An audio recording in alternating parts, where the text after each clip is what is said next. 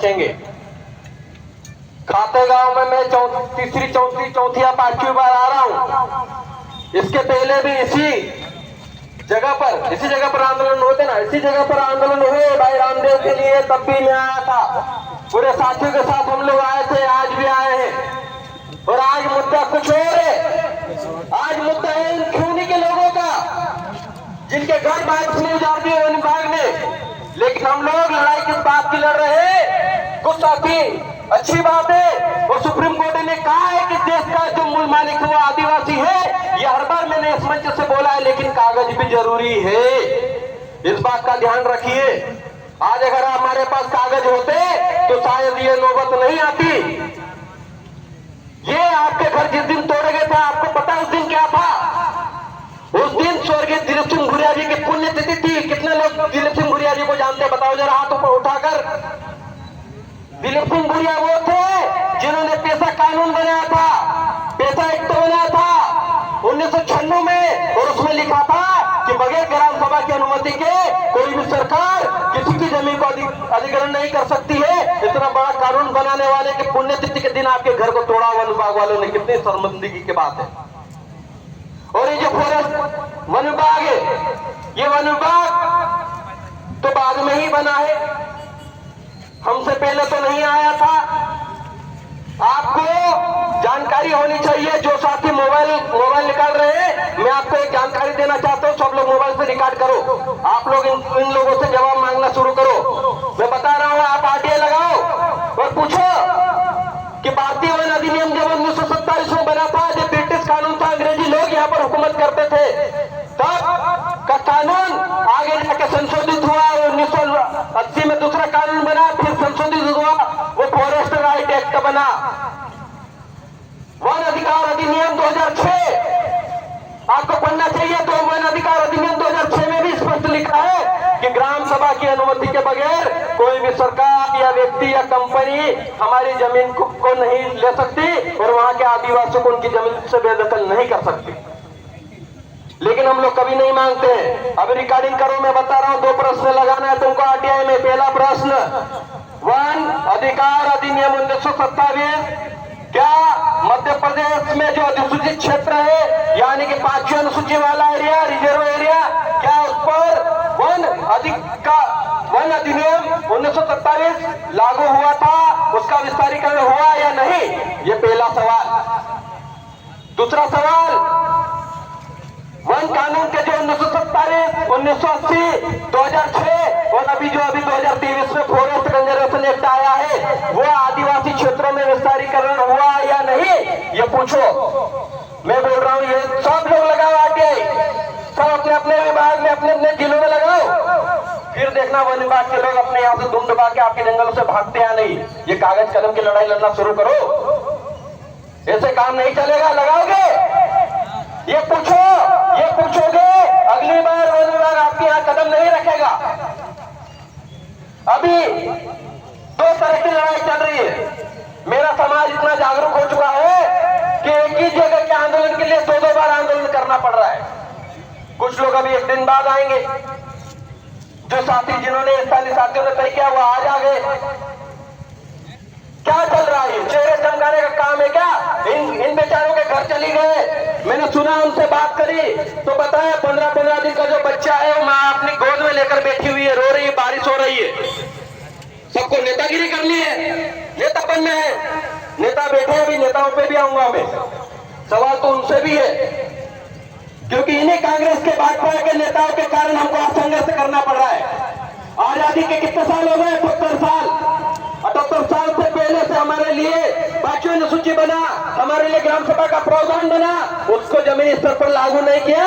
जितनी दोषी कांग्रेस है वही भाजपा भी है। इन्हीं लोगों के कारण हमको संघर्ष करना पड़ रहा है। अभी देखा, एक नेता दिखे मुझे बैठे मंच पे। अच्छी बात है कि इस आंदोलन में आए, लेकिन आपसे भी सवाल है महोदय कि जब 2006 जो फॉरेस्ट राइट एक्ट बना था तो वो आपकी सरकार में बना था। आपको इनको सबको पट्टे देने चाहिए थे। वन पट्टे अगर दे दिए होते तो आज हमारे घर टूटते क्या? आपके पास कागज होता तो टूटते क्या? नहीं। ये गलती किसकी है? और अभी भाजपा की सरकार ने फॉरेस्ट कंजर्वेशन एक्ट लिया है, वन संशोधन अधिनियम लिया है, वहां पे ग्राम सभा को भी नहीं मान रहे। हम कानूनी लड़ाई लड़ेंगे तभी जीत पाएंगे, वरना सिर्फ आपका खिलौने के घर नहीं टूट रहे हैं, बुरहानपुर में भी घर तोड़े जा रहे हैं, डिंडोरी में भी घर तोड़े जा रहे हैं, नाचा में भी घर तोड़े जा रहे हैं, खंडवा में भी घर तोड़े जा रहे हैं। पूरे मध्य प्रदेश में वन विभाग का ये अभियान चल रहा है, अतिक्रमण हटाओ। जिस जंगल को बचाने वाले लोग हम, वहां पे जानवरों को बचाने के लिए हमको उजाड़ रहे हैं। वो जानवर जो कभी हमारे घर के पालतू हुआ करते थे, उनको बचाने के लिए आदिवासियों को उजाड़ा जा रहा है, ये गलत है। हम इसका विरोध करते हैं और हम चाहते हैं कि जहां पर आदिवासी रहता है वहीं पर उनके घर और वहीं पर उनके पट्टे दिए जाए। अभी सरकार के कुछ लोग आए थे जो एग्जीक्यूटिव लोग हैं, चाहे वो एसपी हो, कलेक्टर हो, क्या किया आप लोगों का? 10,000 रुपए देके चले गए। ये किया, राशन पानी थोड़ा बहुत देके चले गए। अभी ये लोग रहे कहां? इसकी क्या व्यवस्था है? इसमें कोई बात करी क्या? आपके लिए टीन शेड की व्यवस्था करी क्या? आपके घर में जो राशन था, आपके घर में जो पालतू जानवर थे, गाय भैंस, उसको वहीं पर छोड़ के आना पड़ा। कितना दुख का समय है। हमारे लोगों को नेतागिरी करनी है, नेतागिरी करनी, चेहरे चमकाने। सही लड़ाई लड़ो। मैंने कहा कि मध्य प्रदेश में अलग अलग जगहों पर ये वन विभाग का अतिक्रमण की कार्रवाई चल रही है। इसकी जड़ भोपाल में है, भोपाल में आंदोलन करो। लेकिन नहीं, भोपाल में आंदोलन करेंगे तो नेता कैसे बनेंगे? अगर आपका आंदोलन नहीं बोल रहा हूं, आपका आंदोलन अगर भोपाल हो जाता, आज ये दोनों आंदोलन होने वाले 27 या 29 के, तो पूरे मध्य प्रदेश के आदिवासी लोग जो जंगलों में रह रहे हैं वो सुरक्षित हो जाते। कम से कम 3 या 6 महीने की सहूलियत तो हो जाती। ये बारिश का समय जो ये हमारे ऊपर जो आया हुआ छत नहीं रहती, वो समय तो निकल जाता। तब तक हम आरटीआई लगा के वन विभाग से जानकारी पूछ लेते, लेकिन नहीं। ठीक है भैया, क्या करें? आज जो साथी आए, मैं आपको सबको सलाम करता हूं, जोहार करता हूं। क्या आप लोगों ने समाज के लिए आवाज उठाने के लिए आज यहाँ पर कदम रखा? अभी मैंने सोशल मीडिया पे देखा, कुछ लोग लिख रहे हैं क्योंकि इसको आंदोलन में आओ तो तुम्हारा भविष्य तय होगा। अरे खिलौने के लोग उजड़ गए, उनके घर उजड़ गए, तुम भविष्य तय करने के लिए खाता गांव आंदोलन कर रहे हो क्या? सवाल पूछना चाहिए उनको। मेरी सोच सिर्फ आदिवासियों को बचाने की है। हम लोग कांग्रेस भाजपा के पिछले लोगों बनने वाले नहीं है। हमने कहा है कि जयेश जो है, जयेश कभी भी कांग्रेस भाजपा की पैरों की चीटी नहीं बनेगा, चाहे कुछ भी हो जाए। ये जयेश आदिवासियों के संवैधानिक अधिकारों के लड़ाई लड़ने वाला है। आज हम जब हम लोग रास्ते से आ रहे थे, दादा खरगोन जो एरिया है, अभी 3 मोटरसाइकिल लेके बच्चे और युवा साथी और उनके साथ में बुजुर्ग थे, आए तो हमने कहा कि चलो आगे जाके इनको रोकते हैं। अभी खाते गांव से पहले रोका। मैंने पूछा कि यार आप लोग कहां से आ रहे हो? उन्होंने बोला हम लोग खरगोन से आ रहे हैं। तो मैंने कहा इंदौर से क्यों आए? तुम इंदौर सीधे बड़वा से आ जाते। तो बोले दादा हमारा रास्ता देखा हुआ नहीं था, बीच में इतनी जगह बारिश हुई, भिगते भिगते कांपते कांपते आ रहे थे। मैंने पूछा कौन कौन आए हो? तो क्या कहा पता उन्होंने? वो पिताजी जो थे उनके बोले मैं 2 बेटों के साथ आया हूं, 3 लोग एक ही परिवार के, आपके दुख दर्द के लिए आए हैं। उनका और आपका कोई रिश्ता नहीं है, आपको नहीं जानते वो क्यों नहीं के लोग कौन, उनको नहीं मालूम। बस उन्होंने सोशल मीडिया पे देखा कि मेरे परिवार के जो लोग हैं वो बारिश में उनके घर तोड़ दिए गए हैं, इसका दर्द लेकर आज यहाँ पर पहुंचे। तो ये देश की विचारधारा ने करके दिखाया है, ये देश के लोगों ने करके दिखाया है। ये हम सबकी मेहनत है और इस मेहनत को किसी आर्टी पार्टी के ऊपर मत चढ़ने देना। अच्छी बात है कि कुछ कांग्रेस के लोग आएंगे और हमारे बीच में बैठे हैं, लेकिन क्या कांग्रेस में इतने ही नेता है? क्या इतना ही नेता है क्या? अगर आदिवासियों की लड़ाई लड़नी तो सबके सब जाओ। तो आपको कहां भेज रखा हमने जनप्रतिनिधि बना के आपको विधानसभा में लड़ने के लिए भेज रहा हूं। आपको मुंह नहीं खुलता क्योंकि वहां तो आपकी फोटो नहीं छपेगी ना। फोटो कहां छपेगी? जब आप ऐसे बैठेंगे तो फोटो छपेगी, फोटो खिंचवा के चले जाएंगे, कुछ नहीं होने जाना। आपको सही लड़ाई लड़नी है तो मैंने 2 प्रश्न बताए, आरटीआई के माध्यम से लगाओ।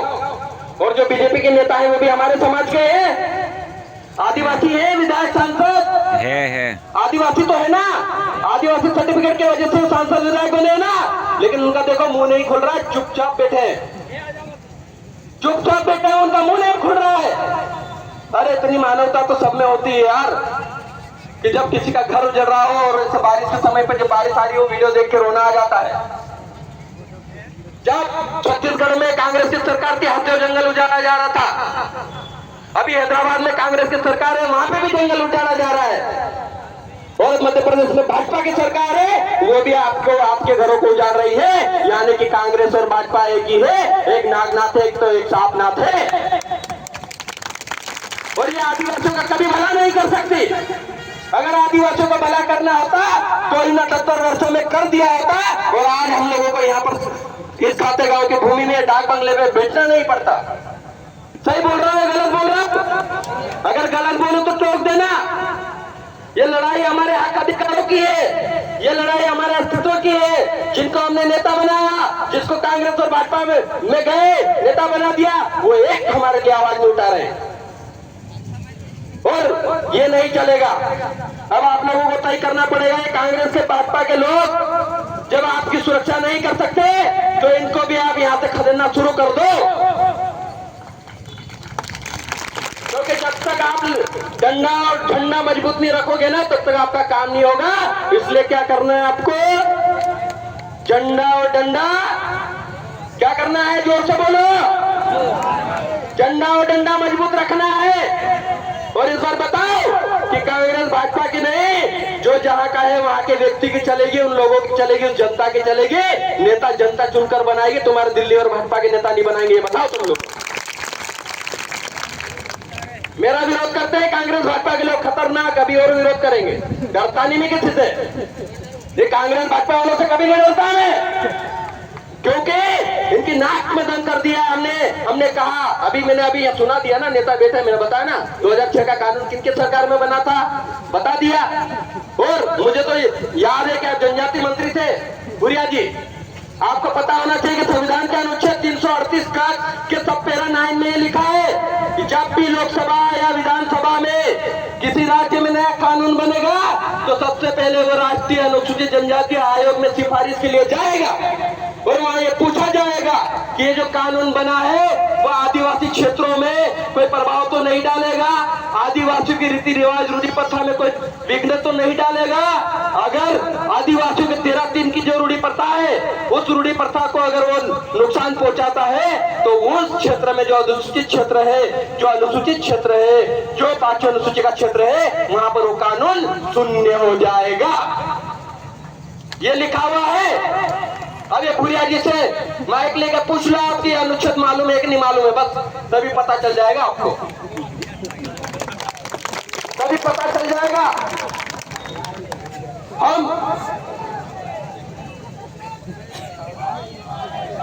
साथियों सच में साथ दो, क्योंकि संघर्ष बहुत करना पड़ रहा है ना। मैं ज्यादा समय नहीं लूंगा, कम ही समय लूंगा, लेकिन मेरी शिकायत दोनों ही पार्टी के नेताओं से है, दोनों पार्टियों से है, क्योंकि इन्होंने आदिवासियों को नुकसान पहुंचाया। इन्होंने 78 वर्षों में आदिवासियों का भला नहीं किया। इसलिए आप लोगों को तय करना पड़ेगा कि या तो आदिवासी चले या तो कांग्रेस भाजपा चले। आप तय कर लो कैसे जीना है, कैसे रहना है, ये हम आप सबको मिलकर तय करना पड़ेगा। बस इतना ही कहूंगा। आप सभी को बहुत बहुत धन्यवाद। जय आदिवासी। हेलो, एक नारा लगाएंगे, जय जोहार का नारा है, जय जोहार का नारा है।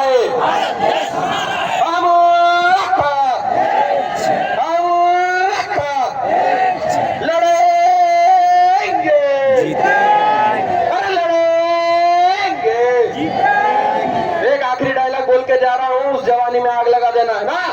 संघर्षों के साए में असली आजादी पलती है, अरे संघर्षों के साए में असली आजादी पलती है। इतिहास उसी ओर मुड़ता है जिस ओर जवानी चलती है, जिस ओर जहर चलता है, जिस ओर आदिवासी चलता है। बहुत बहुत धन्यवाद। आपने